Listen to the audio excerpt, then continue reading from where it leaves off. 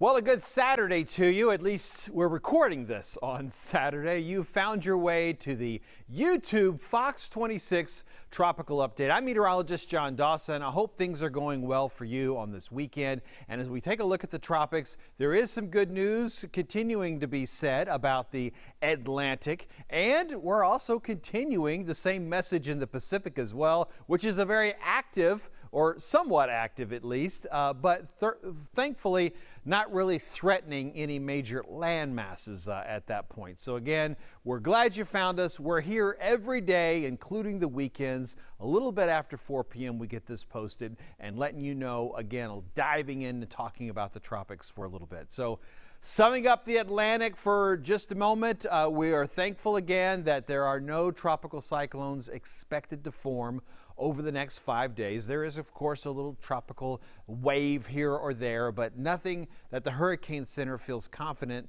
would develop into a tropical depression or a tropical storm or anything like that within the next 5 days. So we're going to be able to kind of finish out July, remaining quiet, which is what we've done for most of July, and then we're picking things back up. We do expect for sure when we get into mid portions of August to become a little bit more active overall. So we'll sort of see how that unfolds.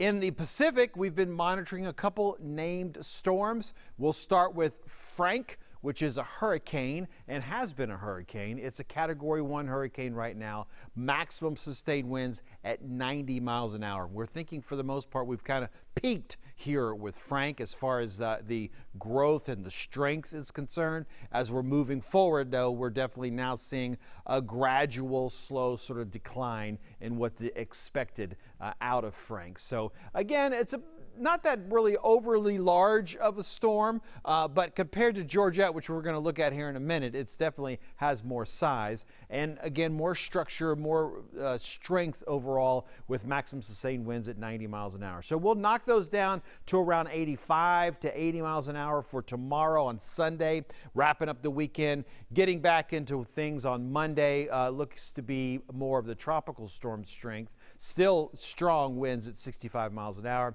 and then continuing through the week. By the time we get to Thursday, things will start losing its tropical characteristics and sort of falling apart overall in general. So when we take a look at Georgette, this is the other named storm that's been out there, and it's continued to expected to be making a little bit of a unique turn here, and that's getting even closer as we're getting into Sunday. We'll begin to see that turn start to take place. So this icon right here is the current location with that maximum sustained winds at 50 miles an hour, and then we'll plot this a fairly straight line for tomorrow, for Sunday at about this same time, 4 p.m. So again, finishing up Saturday, starting into Sunday with that forward motion to the west, southwest that it's been having.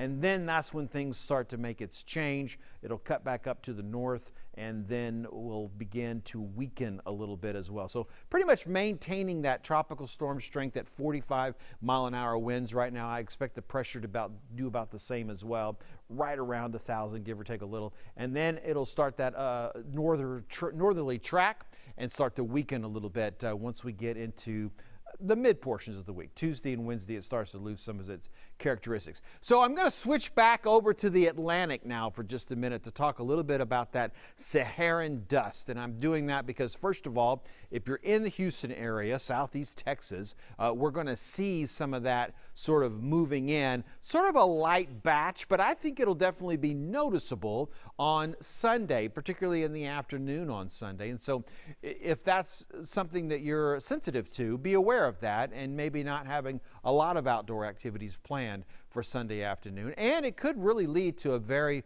pleasant sunset for us here in southeast Texas on, again, Sunday afternoon, a great way to kind of wrap up the weekend. We're looking for less rain overall as well. That's not directly tied in with that Saharan dust, but it kind of a little bit it contributes to it. But in the tropical sense, though, it definitely kind of helps sort of keep things from growing stronger and growing faster and just sort of increasing in its strength in general. So as we're tracking our Saharan dust, again, we'll have, you can see that sort of a lighter shade that's kind of popping in here, not as thick or as large of an area, but enough that it will be noticeable here in Houston. And as we get back out to the Caribbean, though, here you can see that shading a lot stronger and definitely brighter down in the far southwestern portions of the Caribbean.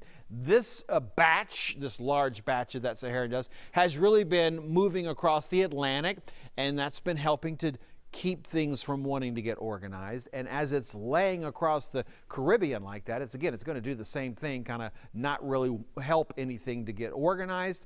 So we're not, one of the contributing factors of why the National Hurricane Center has that 5-day no tropical cyclones expected, and then that's going to move into Central America. It doesn't look like this is going to really move up and impact us here in Texas that much. It will kind of move into Mexico, it looks like, on where that's ends at the end of the week is kind of where it heads. As I mentioned at the beginning, we're thankful that you found us here on YouTube. Keep checking back. Make sure you download the Fox 26 weather app. If there is something tropical that forms, all the information from the Hurricane Center will go directly there, and then you can kind of check in with us to find more information about that, more explanations of what they're giving and providing as far as any sort of watches or warnings. Finding me on social media, that would be great as well. I'm at John Dawson, Fox 26. Particularly Instagram, I think, is where you'll be most benefited from that. So if you want to get over to Instagram when we're finished here and punch in at John Dawson, Fox 26, that's where I'll be talking about some of that hurricane preparedness and my hurricane gear test, of course. So thanks for clicking in today. We'll see you again tomorrow.